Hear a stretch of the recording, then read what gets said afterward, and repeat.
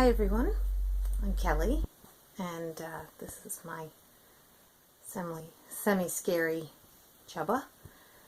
He's maybe going to be a wood elf. I'm still waiting to see what the wool tells me. You have all been asking about the eyes that are posable that I've made. So I started with just a round face, and I started taking and just felting a hole back in using a large gauge needle. I think they were really big. They were like 32s. So they really took some chunking out of it. Same way I did the mouth. This was all just one big round ball. And so once I got it to approximately the size that I thought that I wanted it, which was about the size of a ping pong ball. Ping pong balls are really big. This is a 2-foot tall piece, so you know he's going to have big eyes anyway. I do stop motion animation videos and really wanted to be able to position my eyes, have them move directions, different things like that. This one does have a white spot in it, which I can take out and move, or I can actually rotate the eye, and I'll show you how to do that in a minute. So the first thing that I did, because I thought I was going to use glass eyes, is I made the hole which it fits into. And, excuse me, I can't really grip this very well to do this. And one of the things that I did to get the surface inside really, really smooth, aside from using the 32s down to a 26 and then to I think it was a 24 spiral needle, is I took this ping pong ball, which doesn't do very well anymore, but you gotta get it going, and rolled it. And it helped felt the interior even more so. I have since then, because these eyeballs are just a tiny bit smaller, added a little bit in, so these fit in like really tight right now, because I also added more around the socket, wool around the socket. So I'm going to do this a couple of times through this video. Please don't get grossed out by it.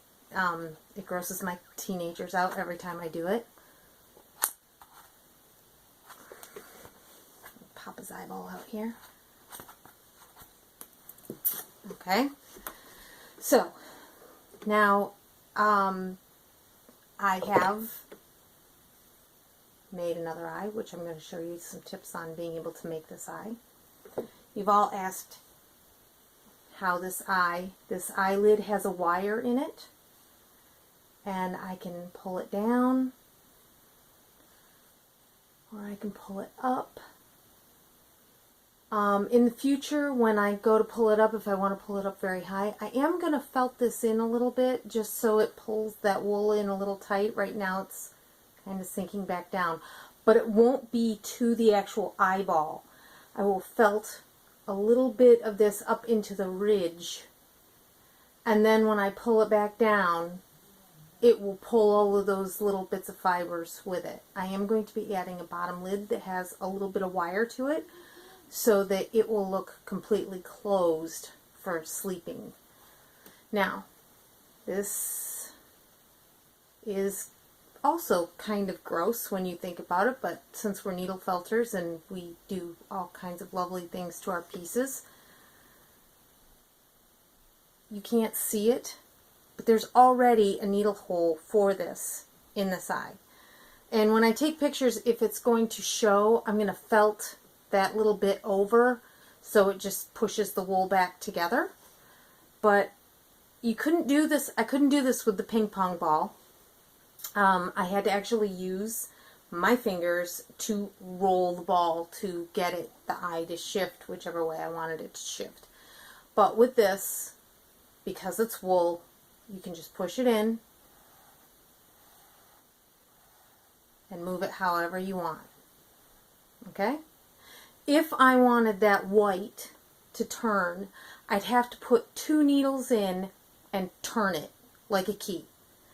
It's not going to do it like this. This wool is really affecting my nose. I apologize for keep rubbing it there. I really struggled with making a lot of different prototype eyeballs. I used Fimo, and I used the ping pong balls. When I was trying to put the pupils on, I just didn't like it. And if you look through, you'll see in an old post pictures of the previous eye that I think it was last week, that I posted. Take that out because it looks disgusting. And it had a glare to it. And I know when I go to photograph it, it's going to have too much of a glare to really capture the eye. But with this, because it's wool, it will absorb the light because it is a matte finish and it is also a dark color. And in photography, that's what happens to dark colors, is it absorbs all that light. And that's why a lot of times photographers use black backgrounds, is because it will absorb the light and you don't get that glare. Sometimes it's kind of hard to have a white background because it'll throw a reflective surface on it. Okay, so now how did I make this guy's eyeball? This eyeball, first thing I did, obviously, just a wool ball. And I knew that it was a little bit smaller than the ping pong ball, which I have now thrown across my floor so I can't grab it. And what I did is I have one of these 3 needle holders. It's a pretty generic thing. It just happens to be the size of the pupil that I wanted for this. I had actually made my ping pong ball one with a one that was a little bit bigger, and I went through and looked at a few different cartoon prep and landings and things like that that had like big eyes, very expressive, and they all had these tinier pupils. So I decided to go with a little bit smaller one. I liked the size of this. Let me show you how I marked it out. I just held it on like this. Okay. And to get to mark it, I didn't use a pencil because I didn't want to lose the lines as I felted it in. And I also didn't want to take the chance of, being able to see something there. I just took it and ran my needle right around the edge and just felted down the circle all the way around. And I had this laying in my rice pad, not my foam pad, because my rice pad I could make out a little groove to hold it, and just compress this down with one hand. And because this is nice hard plastic, I could just run my needle right along that edge. It's really not grabbing the edge of that plastic all that much, and go all the way around, and it left an imprint there. And actually, because I felted down a little bit harder probably than I should have, because I'm compulsive that way, it left a raised surface. Now, it doesn't look like it here, because now that I've added color to it, it compressed that circle down some. But if I wanted to, I didn't want to leave anything, I wanted to felt it down really hard, because when that lid comes down, I didn't want, when I pulled it back up, for there to be little frayed bits on there. So I really wanted it to be smooth, so I felted this down very, very hard as well, which is my tendency anyway. Just because that's the way I like it. It's not the right way. If you're a soft felter, that's fine. But for doing something like this, it needs to be able to maintain its shape. And if you want to shift it, if it's too soft, it's going to look misshapen when you shift it. So, as far as that goes. So I'm going to put this eyeball back in, and I'm going to turn his white highlight, and you can see how much easier compared to the thing that it pushes in. And I think the trickiest thing is with these is when you're positioning them is making sure, to see how on camera this looks a little funky. Well, it's going to look a little funky because of the eyelid not being there. You sometimes have to adjust it, and looking through, taking a picture of something, you can see flaws in it. Maybe not flaws, but things that you might like to correct. The camera gives you a totally different perspective than the way you were sitting there looking at it.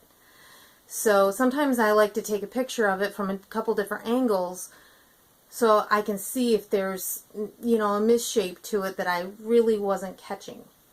This guy is going to actually have much more added to his head and to his face.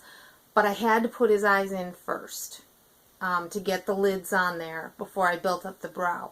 Which means when I go to continue to felt on his face, I'm going to have to be aware not to stab through and drive any kind of wool fibers up into the eyeballs.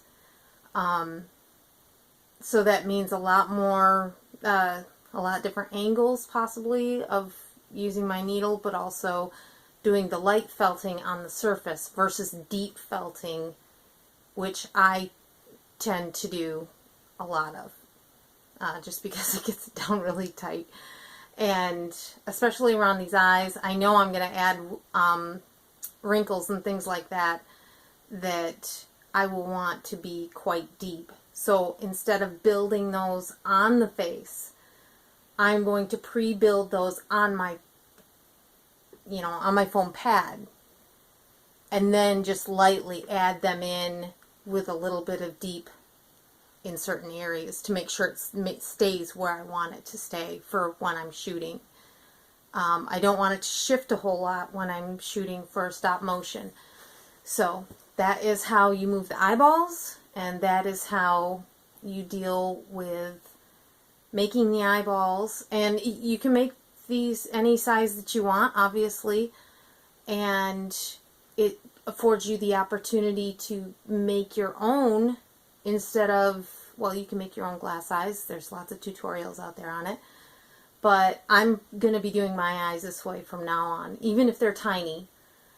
Except maybe my Santa, he has a black eye, just a bead, because he is so tiny. So I hope this helps you, and hope to, and I'll be doing the eyelash video in just a minute. Thank you.